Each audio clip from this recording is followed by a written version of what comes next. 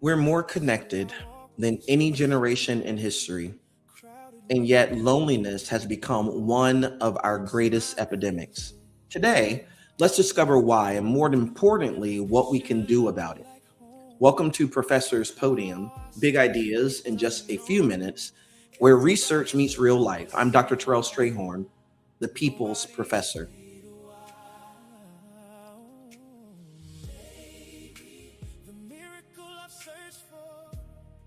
Today, we're talking about loneliness, social comparison, and belonging.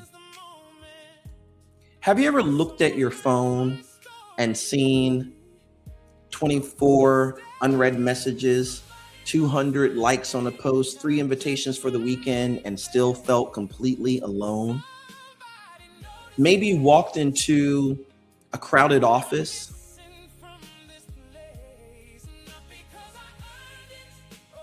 sat in a packed church sanctuary, attended a family reunion, walked across a busy college campus, or even climbed into bed beside someone you love and still felt isolated.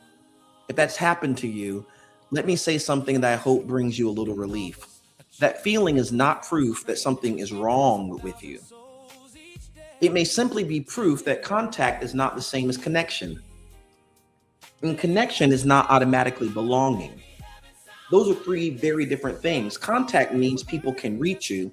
Connection means there's something like a relationship between you. But belonging goes much deeper.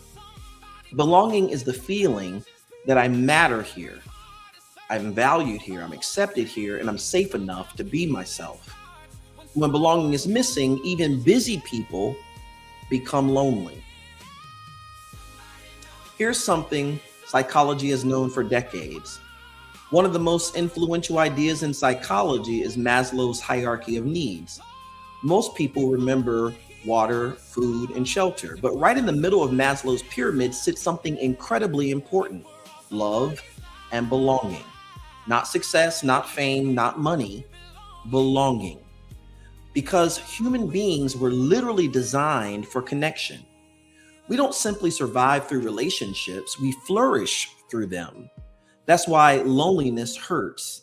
It's not weakness, it's biology reminding us that relationships matter. There's another psychological concept I want to introduce you to. It's called social comparison theory.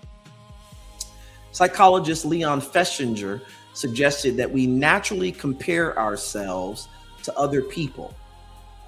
Now, think about social media. Every scroll becomes a comparison. They're getting married, they bought a house, they got promoted, they're on vacation, they look happy. Meanwhile, you're sitting on your couch wondering why your own life doesn't feel that full.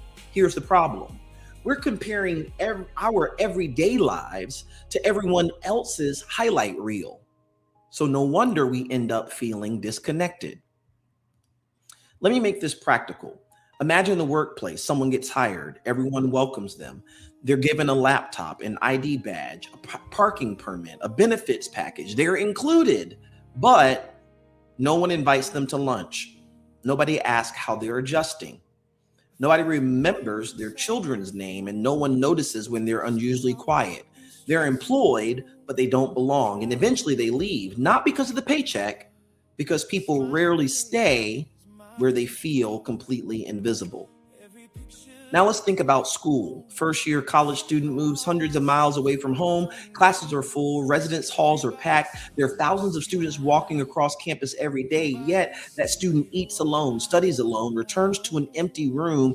And from the outside, they're surrounded by people, but on the inside, they're wondering if anyone would notice if they disappeared. That's why throughout my research, I found something remarkable. Students who experience a genuine sense of belonging don't just feel better, they perform better academically, they persist longer, and they graduate at higher rates, because belonging is not a nice feeling. It actually becomes an academic advantage. Now let's think about love or romantic relationships. Here's one of the greatest myths we've been told. Being in love automatically eliminates loneliness. It doesn't. You can share a house, share finances, share children, share a last name, and still feel emotionally abandoned, because physical proximity isn't emotional intimacy. Some couples communicate every day, yet never truly feel heard. That's why asking, "How was your day?" isn't always enough. Sometimes you have to ask, "What's been weighing on your heart lately?" Or "When did you feel most alone this week?"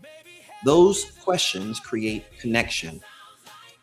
The same thing happens in church. A sanctuary may be overflowing and the choir can sing beautifully. Hands may be lifted, but someone can worship every Sunday and still drive home wondering, does anyone really know me? Church attendance is not the same thing as spiritual belonging. And the early church wasn't remembered because people had the biggest crowds. They were remembered because they carried one another's burdens. That people knew each other, they served one another, they prayed for one another. That's belonging. One of the biggest reasons we struggle to belong today is something that psychologists call impression management. Everywhere we go, we're managing perceptions. At work, I need to look competent. On social media, I need to look successful. In relationships, I need to look like I have it all together. And eventually, we become experts at performing, presenting ourselves, and strangers to our real authentic self. So here's the paradox. The more mask we wear, the harder it becomes for anyone to actually know us. People can only love the version of you they've met, which means authenticity becomes the doorway to belonging.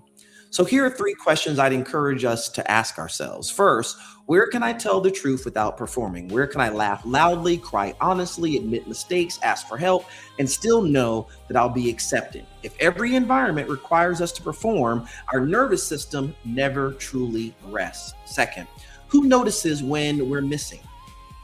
Belonging often reveals itself through what I call relational consistency. People check on you. They remember your birthday. They follow up after difficult conversations.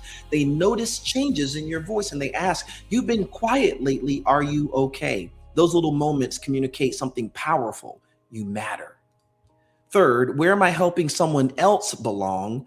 This might be the most important question of all because belonging isn't only something we receive, it's something we create and co-create. Every text, every invitation, every encouraging word, every seat you save, every introduction you make, every person whose name you remember helps build belonging. The beautiful thing about belonging is this, it multiplies when we give it away. So here's my challenge for you today. Instead of liking someone's post, call them. Instead of sending another emoji, send your voice. Instead of asking, "How are you?" ask, "What's been heavy lately?" Instead of assuming people know they're appreciated, tell them. Technology helps us reach them. Presence helps us feel them. You don't need 1,000 followers. You need a handful of people who know your story, protect your dignity, celebrate your wins, sit with you in your losses, and remind you who you are when you've forgotten. That's belonging. And the beautiful news is this, belonging isn't something we accidentally stumble into. It's something we intentionally build. One conversation, one act of kindness, one honest moment, one relationship at a time. Because here's what I know after years of studying belonging and after years of simply living life, the opposite of loneliness isn't popularity, it's belonging. And every person watching this deserves to experience it. So if this message resonated with you, I'd love to hear from you. Finish this sentence in the comments. I feel like I truly belong when. I'll read the comments and your answer may encourage someone who desperately needs to hear it today.